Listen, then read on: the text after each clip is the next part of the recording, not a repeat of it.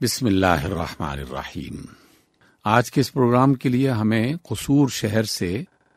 محترم زید صاحب نے خط لکھا ہے۔ آپ یہ پوچھتے ہیں کہ نماز استخارہ کا طریقہ کیا ہے؟ کیا کوئی شخص کسی اور کے لیے استخارہ کر سکتا ہے، یا ہم اپنے معاملات کو دیکھنے کے لیے، جانچنے کے لیے کسی عالم سے، کسی بزرگ آدمی سے استخارہ کروا سکتے ہیں؟ یہ بھی رہنمائی فرمائیے کہ کیا استخارہ جو ہے اس کے بعد خواب کی صورت میں لازماً کوئی رہنمائی مل جاتی ہے؟ اس کے بارے میں وضاحت کیجیے۔ جناب زید صاحب، نماز استخارہ کے بارے میں آپ صلی اللہ علیہ وسلم کی ایک مشہور تعلیم ہے، آپ کا فرمان ہے کہ تم استخارہ کے ذریعے سے اپنی مدد اللہ تعالیٰ سے طلب کیا کرو، کیونکہ استخارہ ایک طرح کی دعا ہے، اور اللہ تعالیٰ سے یہ درخواست کی جاتی ہے، التجا پیش کی جاتی ہے کہ اللہ، میرا علم زیادہ نہیں ہے، تیرا علم کامل ہے، میں کسی چیز پر قدرت نہیں رکھتا، تو ہر چیز پر قدرت رکھتا ہے، اور تو اپنے علم کے مطابق اگر میری رہنمائی کرے کہ میں یہ کام جو کرنا چاہتا ہوں، اگر یہ کام میرے مستقبل کے لیے، میرے معاشی معاملات کے لیے، میرے دین کے لیے یعنی ایمان کے لیے بہتر ہے، تو میرے لیے اس کو آسان کر دے، اس کے راستے کھول دے۔ اور اگر تو جانتا ہے کہ یہ کام جو میں کرنا چاہتا ہوں یہ میری معیشت کے لیے بہتر نہیں ہے، اور انجام کے اعتبار سے بہتر نہیں ہے، اور دینی معاملات کے اعتبار سے، ایمان کی سلامتی اور حفاظت کے اعتبار سے بہتر نہیں ہے، تو مجھے اس کام سے تو بچا لے، اور میرے لیے وہ راستہ مجھے دکھا دے جو میرے لیے زیادہ بہتر ہو۔ تو یہ ایک طرح کی دعا ہے جو آپ کو کسی بھی دعا کی کتاب میں بآسانی مل سکتی ہے، آپ اسے دیکھ کر بھی پڑھ سکتے ہیں، زبانی یاد بھی کر سکتے ہیں۔ رسول اللہ صلی اللہ علیہ وسلم نے باقاعدہ اس بات کی تعلیم دی اور تلقین فرمائی۔ اصحاب رسول فرماتے ہیں کہ ہمیں دعائے استخارہ اس طرح سکھائی جاتی تھی کہ جیسے قرآن کی کوئی آیت۔ تو اس کا مطلب یہ ہے کہ اس کا زیادہ اہتمام باقاعدہ کیا جاتا تھا۔ جیسے میں نے ذکر کیا کہ دعائے استخارہ جو ہے در حقیقت ایک طرح کی دعا ہے جو اللہ تعالیٰ سے مدد حاصل کرنے کا ایک ذریعہ بنایا گیا، اور اللہ کی کتاب میں جو بات لکھی گئی ہے وَاسْتَعِينُوا بِالصَّبْرِ وَالصَّلَاةِ کہ صبر کے ساتھ اور نماز کے ذریعے تم اللہ تعالیٰ کی مدد طلب کرو، تو یہ بھی ایک طرح کی نماز اور دعا کی شکل اختیار کر جاتی ہے، کیونکہ اس کا جو طریقہ، مسنون طریقہ رسول اللہ صلی اللہ علیہ وسلم نے ہمیں بتایا ہے وہ یہ ہے کہ جب بھی کسی کام کی ضرورت ہو اور آپ کرنا چاہتے ہوں، بات سمجھ میں نہ آ رہی ہو کہ کریں یا نہ کریں، تو باقاعدہ اچھے طریقے سے وضو کر کے 2 رکعتیں نماز نفل جو ہے وہ اس کو ادا کیا جائے، اور پہلی رکعت میں سورۃ فاتحہ کے بعد قل یا ایھا الکافرون والی سورت پڑھی جائے،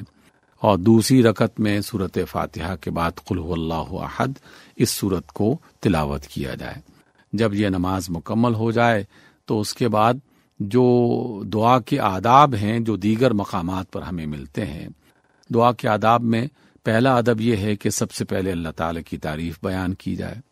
پھر رسول اللہ صلی اللہ علیہ وسلم پر درود و سلام بھیجا جائے، اور اس کے بعد جو دعا کرنی ہے وہ دعا کی جائے۔ اس لیے یہی اچھا طریقہ ہے کہ آپ سب سے پہلے فاتحہ پڑھیں، پھر درود شریف پڑھیں، اور اس کے بعد یہ دعائے استخارہ جو دعاؤں کی کتابوں میں آپ صلی اللہ علیہ وسلم کی مسنون دعائیں جہاں لکھی ہوں وہاں آپ کو یہ دعا مل جائے گی، اور اگر یہ عربی میں آپ کو یاد نہیں ہے تو جیسے میں نے کچھ دیر پہلے اس کا ترجمہ بتایا، اس کی وضاحت کی کہ ہم اللہ تعالیٰ سے دعا کرتے ہیں کہ اللہ، ہم یہ کام کرنا چاہتے ہیں، اگر یہ کام ہمارے معاملات کے لیے انجام کے اعتبار سے، معیشت کے اعتبار سے، دینی معاملات کے حوالے سے بہتر ہے تو ہمیں اس کام کو کرنے کی توفیق دے اور اس کا راستہ آسان بنا دے، اور اگر یہ کام ہمارے لیے بہتر نہیں ہے، ہم چونکہ پورا علم نہیں رکھتے، تو پھر ہمیں اس کام سے دور کر دے اور کوئی ایسا راستہ بتا دے جو ہمارے لیے زیادہ بہتر ہو۔ یہ استخارہ کی دعا ہمیں رسول اللہ صلی اللہ علیہ وسلم نے سکھائی، اصحاب رسول نے عمل کیا، اللہ تعالیٰ کے نیک بندے آج تک بھی اس پر عمل کر رہے ہیں۔ لیکن ہمیں رسول اللہ صلی اللہ علیہ وسلم سے کوئی ایسی روایت نہیں ملتی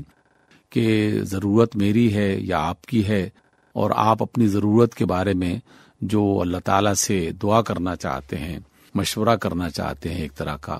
وہ کسی اور سے یہ درخواست کریں کہ وہ آپ کے لیے استخارہ کرے، یا میں کہوں کہ آپ میرے لیے استخارہ کریں۔ کسی فرد سے دعا کی درخواست کی جا سکتی ہے، لیکن استخارے کی کوئی ایسی ہمیں روایت ملتی نہیں ہے کہ وہ دوسروں سے استخارہ کروائیں۔ اس لیے زیادہ بہتر ہے جس کی ضرورت ہے، جس کو حاجت ہے، وہ اپنی حاجت اور اپنی ضرورت کے مطابق زیادہ بہتر انداز میں، زیادہ اخلاص کے ساتھ اللہ تعالیٰ سے دعا کر سکتا ہے۔ دوسرا کوئی بھی فرد کسی دوسرے فرد کے لیے اتنی محبت اور اتنے اخلاص سے دعا نہیں کر سکتا، یا عموماً ایسا نہیں ہوتا۔ تو اس لیے جو رسول اللہ صلی اللہ علیہ وسلم کا بتایا ہوا طریقہ ہے اس پر ہی عمل کیا جائے تو زیادہ اچھا ہے۔ اپنی طرف سے کسی چیز کو پسند کر لینا یا کوئی طریقہ اختیار کر لینا، چاہے وہ جائز ہی کیوں نہ ہو، وہ زیادہ بہتر نہیں ہے، کیونکہ کوئی بھی طریقہ رسول اللہ صلی اللہ علیہ وسلم کے بتائے ہوئے طریقے سے اچھا ہو ہی نہیں سکتا۔ اس لیے استخارہ کیجئے جب بھی کوئی مشکل ہو، معمولی بات پر بھی استخارہ کیا جا سکتا ہے۔